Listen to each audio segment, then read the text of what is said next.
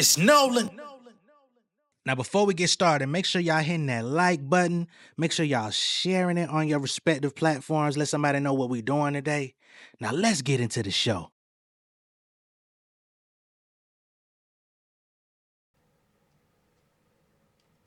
Got my legal hustle, welcome to the trap. I can blow a stack, bet I make it back. You can hit my line if you need a track, but we can't even talk if it ain't about the bag. Got my legal hustle, welcome to the trap. I can blow a stack, bet I make it back. You can hit my line if you need a track, but we can't even talk if it ain't about the bag. Real settle, I done crept up, homie, I stepped up. Froze the neck up, my chase up, homie. Curveballs got me hitting sliders. Pinning hits like pinatas. It's a message in the cuts like stigmata. Yeah, we been in them corners night to the morning. Ay, crossing over through the borders. Ay, new chick, she imported. Ay, bring sand when I'm in the beach, boy, stay dripping like water. Ay, private chef cooking up the plate, came a long way from that porch. I'm the artist, I'm the writer, I'm the publisher. Bitch, I'm an author, got more drive than a Thunderbird. I'm a leader, put my people on the hella work. Play me, I be rocking your skull like I'm the Punisher. Still got it, still bad it. Your lady hanging off the kielbasa. Bill pasta, I'm entertaining in my Villa Casa. Been a monster beneath the profit, I forgot me till I popped up on them like Team Rocket. Got my legal hustle, welcome to the trap. I can blow a stack, bet I make it back. You can hit my line if you need a track, but we can't even talk if it ain't about the bag. Got my legal hustle, welcome to the trap. I can blow a stack, bet I make it back. You can hit my line if you need a track, but we can't even talk if it ain't about the bag. What's going on, beautiful people? It's the kid J Nolan here. Welcome back to another episode of Inside the Industry, your number one source for music, entertainment, commentary, and breakdowns. Hope everybody's doing well out there this evening. In this video, we're going to be getting into a video with Daylyt and the homie Curtis King. Curtis King has been doing some excellent content this past week, by the way, and it looks like he's not stopping no time soon. He's been doing some great interviews, going live with people in the industry from the West Coast. He got a dope interview with Daylyt, dope interview with Thurs. I think he got an interview coming up with Debbie Deb. Like, damn. So salute to the homie. But in this interview with Daylyt, they got into some real shit. But the piece that we're gonna talk about right now is when they get into the Drake Kendrick Lamar situation. And I know some people out there is like, bro, why are we still talking about Drake and Kendrick Lamar? Number one, because you keep showing the fuck up. That's what your algorithm is feeding you, and you keep clicking it. So how you gonna get mad at me for talking about something that clearly you still interested in, despite the fact that you say that you're not? How could you ever be mad at me when you used your thumb or pointer finger to click on some shit? That makes no sense to me. But nonetheless, they got into a piece where they spoke about Drake's biggest mistakes in the battle with Kendrick Lamar, right? And I think this is an interesting piece because I feel like everybody has a different perspective of where he fucked up. I think we all know that trying to get the slaves free thing was definitely a misstep. I think a lot of motherfuckers really feel like you shouldn't have stepped in that ring to begin with. Like it was a valiant effort, I guess you could say, but you probably should have never showed up. You got cocky as fuck and really thought that you had dropped one with push-ups and you was just like, yeah, nigga, I'm on your ass. What's up? What we doing? Square up, nigga. Shit, boy, you made a lot of mistakes. But let's go ahead and pull up this conversation with Daylyt and Curtis so we can hear what it is that they believe the greatest mistakes were. Beyond what you already said about them kind of like trying to go for the opposites of what they're known for, what do you think, two-part question, what do you think was, and it's just from an artistic standpoint, was the biggest mistake that Drake made? And what do you think was the biggest win that maybe most people wouldn't see it from that perspective? Because most people would just say Not Like Us was, the knockout blow, but I kind of have a feeling you got a deeper perspective on it. The biggest mistake that Drake made in that whole beef was when he said he rapping like he wanted to get the slaves free. That was the biggest mistake. If he wouldn't have said that, Not Like Us wouldn't even exist. How so? And I'm gonna break it down to y'all. When he said you rapping like you want to get the slaves free, All black people said, so if he raps like he want to get the slaves free, and then you rap, then that means you rap like you want us to stay slaves. Somebody gonna have to tell the truth, and I'm gonna tell it. Continue. That led to Kendrick's whole third verse in Like Us. Very true, very true. I mean, when he did the whole rundown of Atlanta and related it back to, you know, going way back in time, Atlanta being this resource where they used black people to build up the town, build up the area, but still wanted to mistreat us and not actually give us equality and things of that nature. That is a direct rebuttal to that line. So, the rest of the song already had drove a stake in his heart, but for him to take that and essentially give people that haven't necessarily, no, like, it's twofold, right? For those of us that were old enough, that are old enough to have gotten that education when we were in school, we know exactly what he's talking about. But then for the new age, the youngers, the Gen Zs and all these motherfuckers, with the changes that they made in the educational system, and they don't want to talk about critical race theory, um, which really just relates to black history and shit like that. Giving them a history lesson to know, okay, this is how it was, you know what I'm saying? And this person that y'all have been looking up to and seeing, he's kind of playing that role of the colonizer, of the white man versus the black people versus the oppressed, because clearly he's not advocating for freedom. He enjoys captive minds, because as long as the minds are in captivity, I can excel and thrive with what it is that I do best. I don't have to challenge myself. I don't have to grow. I don't have to be better. I don't have to talk about anything of substance in my music. So, yeah, without that, you don't get that whole portion. In that verse, for those of us that really was paying attention, it was like, oh, yeah, that might be the hardest part of the song, even though the rest of it is like completely entertaining and funny and rap battle. But that one was like, ooh, I mean, you can't even argue with that. Nigga doubled That's a down fucking on top. calling us some slaves. Yep. Yeah. He not Damn. like us. He not black. Basically, that's basically that led to that whole song. What's so funny about that part though? I always counter that with, but when he was talking to Adonis, he said, "You're a black man," and he's giving them lessons about life. And I'm like, how do you fare with that if you a competitor and you're like, wait a minute, you questioning my blackness, but you just told my son who got the curly hair and all that, you just said you're a black man. These are the lessons that a man should carry with him. He That basically would fuck telling with his me. son. He basically telling his son, don't ignore your real heritage. Mm. Don't be like him. And I mean, don't get like again.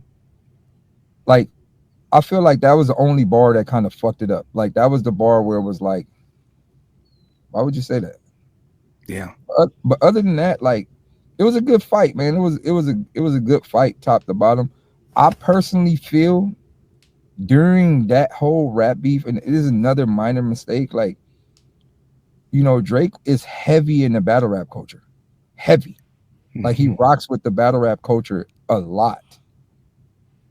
I don't understand why wasn't none of them called to help.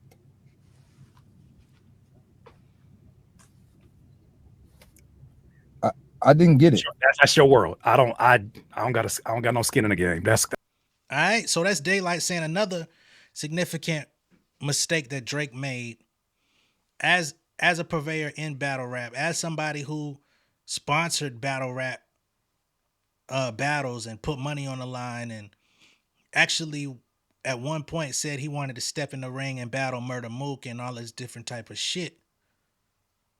Why didn't you get no help from these niggas? Right?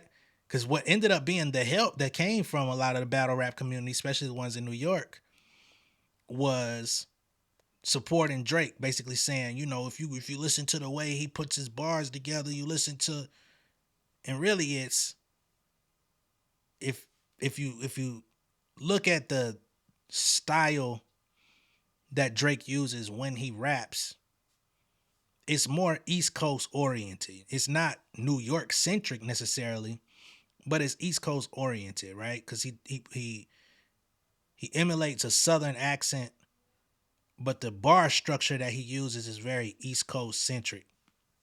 The 4 bar build-ups and the simile metaphor every line type shit when he really gets into that space, which people believe he's not even writing. But that was why they gravitated to him. Just like how J. Cole has become like um honorary New York rap. You know what I'm saying? When people say, New York has been out of the game, they like, well shit, do we count J. Cole? Nah, you don't fucking count J. Cole. That nigga wasn't born there, wasn't raised there. Yeah, he came out as an artist living there. But it's a ton of motherfuckers that moved to LA to get their career popping. We don't say they from LA. You know what I'm saying? When they fucking above 18, when it pops off, no nigga, y'all can't claim him. But it's kind of the same vibe. So it's like, why not invite these battle rap niggas to the studio? But let's be clear. If the battle rap niggas get invited to the studio and word gets out that they're spending time in there with Drake, they're giving him pointers. They're saying, bro, you should say it like this, do it like that. And something gets out about that, then, of course, the de facto thing is they're writing his raps. So then that also becomes a problem. So it's like, let me not even associate myself. Let me insulate myself in the studio with a select few people, come up with these raps, come up with what I got, empty the shells, and let's just see where it goes, because I don't need nobody questioning the authenticity of my pen as to what's coming out. Now, where you really fucked up was when the original push-ups leaked. And there was some kind of the texture of his voice definitely had an electronic feel to it. Some people would say it's AI. Some people feel like it's just a rough draft. Then of course some of the better bars that were in that original push-ups got redacted and taken out. They switched the beat. They made quite a few changes to the record, and then of course the other version ended up coming out later in the day. That was also a big misstep. That was also a fuck up, because let's be clear, when you're in a battle with somebody, I don't want to hear a rough draft and a final version of the shots you're sending in my direction. Cause now I'm gonna say, oh, this nigga cheating. He out here giving out free samples to the pack to see if niggas like it before he really put his stamp on his own shit. Nah, we not doing that. You out here trying to feel the audience. What do they think it is? Oh, they like it? Okay, well, give them the real one. Nah, nigga, that was an extreme fuck up that's been overlooked and not talked about nearly enough. So I think, although Daylyt is giving good information, I feel like Homeboy really just played his hand wrong in damn near every scenario. It's too many mistakes to even talk about in a short period. That's a good observation. I don't. Why is that? People should have been called. Like, people should have been called. Like, there's certain people in the battle rap world that he's extremely close with. People should have been called. Like, hey, do you think this is a good idea or not? Like that shit should have been ran by some people. But again, I say this to say, like, a lot of people saying like it's over for him or like he can't bounce back. Like, there is no die in the internet world. It's basically what you do next. Yeah. Like, there is no die. It's what you do next. And of course, like, everybody knows what team that I'm rocking with. Everybody knows what side of the line I'm on. Like, I'm Team West Coast to the fullest. I'm a part of the TD family to the fullest. Drake is he's still green in my eyes as far as like him as an individual, because he's done things for me before anyone even got in my corner. He's booked a lot of events, and a lot of money came through Drake booking these events. Again, like prior to the battle rap. I mean, prior to the battle happening, like I spoke to Drake about doing the me and Low Deluxe battle, like prior, and I was offered like a couple of M's for this battle. So it's always been like a cool relationship with us. So if I had some advice, because again, like it's weird right now, but if I had some advice for Drake to do moving forward, um, you got to start over, bro. Like you got to start over and go back to the core. Go back to the core of hip hop. How do you do that with a pending lawsuit, though? Look, man. Again, we live in the world star era. Today's news is not yesterday's news, and then the news after that, people Yeah. people will forget in a few weeks, bro. Daylyt, very, very optimistic of you, sir. Now, before people jump on his head, pause, because he says, you know, that because he says things that keep Drake a little bit okay in his mind. He made money with the nigga. You know what I'm saying? I don't see anything wrong with him saying, it's weird right now, but I made money with Drake. We were cool. You know, he's got a very highly anticipated battle with Low Deluxe that's been in the talks for years at this point, damn near 2-3 years.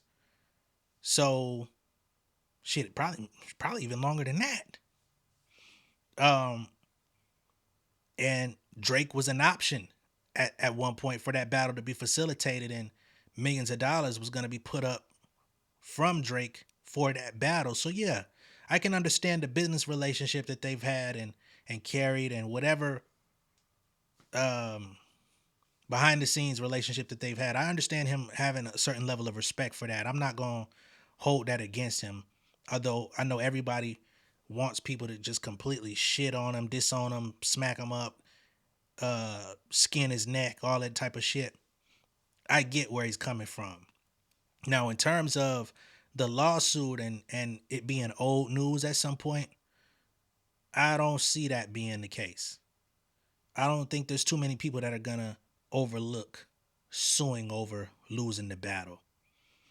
I don't see too many people that's gonna overlook trying to literally explode the label and the machine that's been driving him for 18 years because he lost a rap battle and couldn't get the deal that he wanted after losing. Especially when you tried to use this battle as your negotiating chip.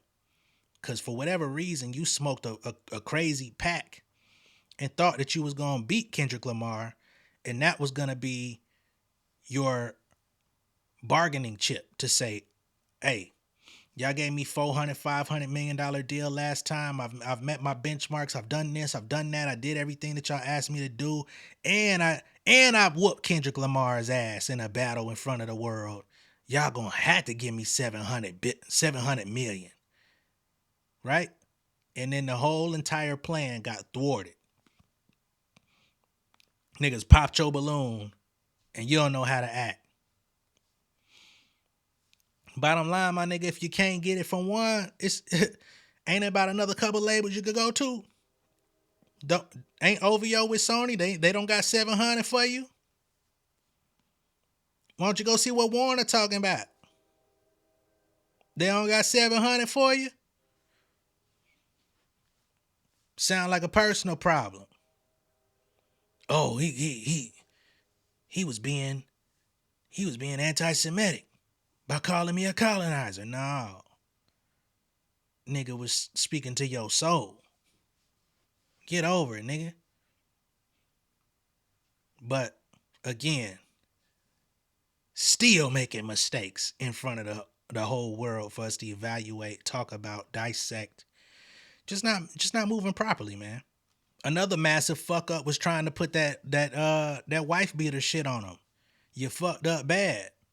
If you would have kept it rap, We could have had a just cool exhibition of just back and forth lyrical gymnastics, but you ain't want to go there because you knew you couldn't win in that department. Let's keep it all the way a buck.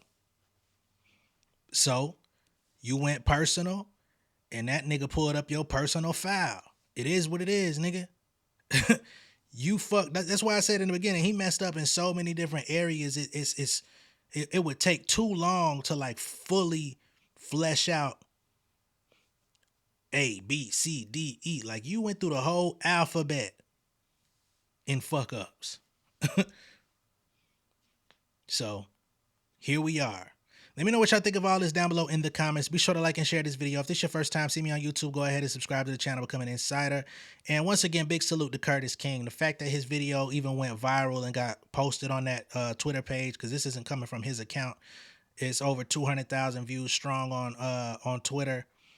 Good work. Keep doing your shit, man. Big salute to you, man. All right?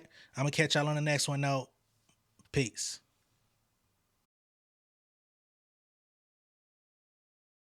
King of my city and cul-de-sac. Coming out swinging like soldier rags. Leading my people like quarterback. Boy, I study this shit, I'm an almanac. Had to get up and grind. Knowledge is booming, I'm here to apply. Came with the chip and the dip, it just single the mind. We finna do more than survive. I need my check. Spinning the block for the Gouda. We hitting the jeweler to flood out the net. We don't do beef for computers, I'm straight out the sewer. We come when you rest. Niggas be looking perplexed, so keeping my foot on their neck. No map, I trust my gut for the quest. With drama, I'm fully abreast. I was ready for years and they doubted me. All of a sudden they tell me they proud of me. I've been dropping these haters like calories. Cross them out, I came back with some boundaries. Stand for my honor, but too raw, no corner. Packing the stick with a drummer. Wanna catch my bad, won't fumble. I done came too far to be